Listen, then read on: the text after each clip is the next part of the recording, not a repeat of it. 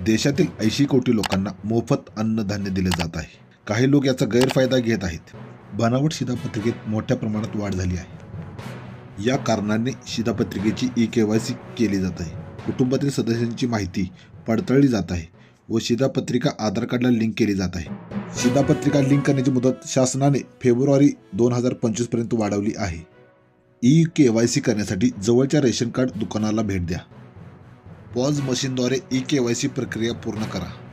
कुटुंबातील प्रत्येक व्यक्तीची ई-केवायसी करणे अनिवार्य आहे. रेशन कार्ड रद्द होण्याची कारणे: ई-केवायसी प्रक्रिया पूर्ण न करणे, अपात्र असून रेशनचा लाभ घेणे, बनावट शिधापत्रिका वापरणे. अशाच महत्त्वपूर्ण बातम्यांसाठी लाईक करा, सबस्क्राईब करा आपले रॉयल महाराष्ट्र न्यूज चॅनल.